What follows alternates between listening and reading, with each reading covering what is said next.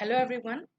আজি সেশনত আমি ডিসকাস কৰিম যে APSC মেইনস 2023 সিলেবাস কি হয় বা কি আহিব।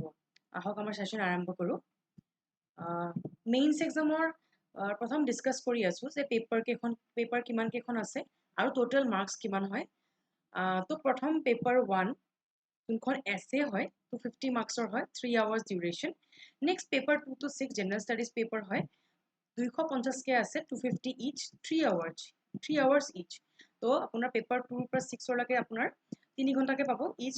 তাৰ পিছত আপোনাৰ জেনাৰেল স্টাডিজ হয় গোটেইখন 250 মাৰ্কৰ। লাষ্ট ৰাউণ্ড যোনটো হয় ইন্টাৰভিউ ৰাউণ্ড, তাতে আপোনাৰ কোৱালিফাই কৰাৰ পিছত মাৰ্কস থাকে 275 এড হয়, ইয়াৰে যিমান পাই ইয়াৰ পিছত এড হয় আপোনাৰ 275। টোটেল ইয়াতে দিয়াই গৈছে পেপাৰ 1 to 6 1500 আৰু interview after qualifying in written exam মানে আপোনাৰ মেইনছত কোৱালিফাই কৰাৰ পিছত 275 এইখিনি এড হ'বলৈ আপোনাৰ টোটেল মাৰ্কস হয় APSC টোটেল মাৰ্ক হয় 1775। তো এইখিনি হ'ল মাৰ্কস ডিস্ট্ৰিবিউশন। নেক্সট আহিল সিলেবাস। তো এয়া হ'ল সিলেবাস। APSC ৱেবসাইটত আপোনালোকে নিজে যাই পেলাই চাবই পাৰে। প্ৰথম হ'ল পেপাৰ 1 যোনখন হ'ল এসে 250 মাৰ্কস 3 ঘণ্টাৰ হয়। সিলেবাস এটা ক্লিক কৰিলে নিজে ডাউনলোড হৈ যাব automatically. Paper 2 general studies 1 250 marks 3 hours syllabus same. Paper 3 মানে পেপাৰ 2 পৰা পেপাৰ 5 লৈকে জেনারেল স্টাডিজ হয়। ইয়াতে কি সাবজেক্টস আছে বা কি সাবজেক্টস আহিব এইখিনি মই ডিসকাস কৰিম। তো ইয়াতে আপোনাৰ সিলেবাসত ক্লিক কৰি গোটেইখিনি সিলেবাস এন্টায়াৰলি ডাউনলোড হৈ যায়। গোটেইকেইখন পেপাৰ 2 পৰা আৰম্ভ কৰি 5 লৈকে 250 মাৰ্কসৰ হয় 3 ঘণ্টা ইচ।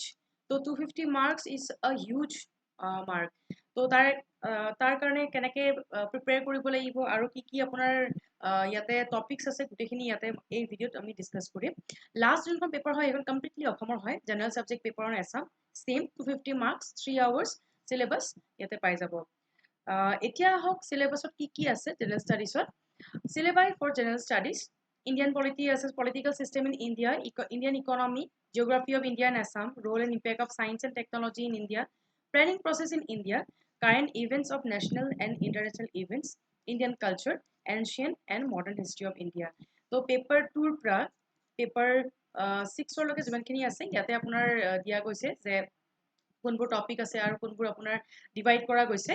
এইখিনি আপোনালোকে সিলেবাস ডাউনলোড কৰি নিজে গমে পাব কোনটো আপোনাৰ কোনটো সাবজেক্টত আছে বা কোনটো সিলেবাস আপোনালোকৰ হয়, কোনটো আপোনাৰ পাৰ্ট পলিটিক্স নে ইকনমিক্স গোটেইখিনি। আৰু এছামৰ কাৰণেও যোনখন এন্টায়াৰলি আপোনাৰ পেপাৰ আছে সেইখনো আপোনালোকে পাই যাব। তো ইমানে আছিলে আমাৰ ভিডিঅ'। যদি আপোনাৰ আৰু কিবা সুধিব লগা থাকে আমাৰ নিশ্চয় কমেন্ট সেকশনত নিশ্চয় সুধিব পাৰে। তো ইয়াৰ মাজতে মই কৈ দিছো যে আমাৰ আদা 24/7 নৰ্থ ইষ্টৰ ফেমিলিৰ পৰা ইয়াতে বহুত কেইজন আমাৰ সিলেক্ট হৈছে। আমি কংগ্ৰেচুলেট কৰিছো তেওঁলোকক আৰু তেওঁলোকৰ নেক্সট ফেজৰ এক্সামৰ কাৰণে আমি তেওঁলোকক নিশ্চয়কৈ হেল্প কৰিম। তো ইয়াৰ পিছত আপোনাৰ মই ক'ব বিচাৰিছো যে আৰু কিছু আপোনাৰ কেণ্ডিডেট আছে যোনবোৰ আপোনাৰ নাম আমি মেনশ্যন কৰিম। তো thank you everyone for watching. Do like, share and comment. Thank you.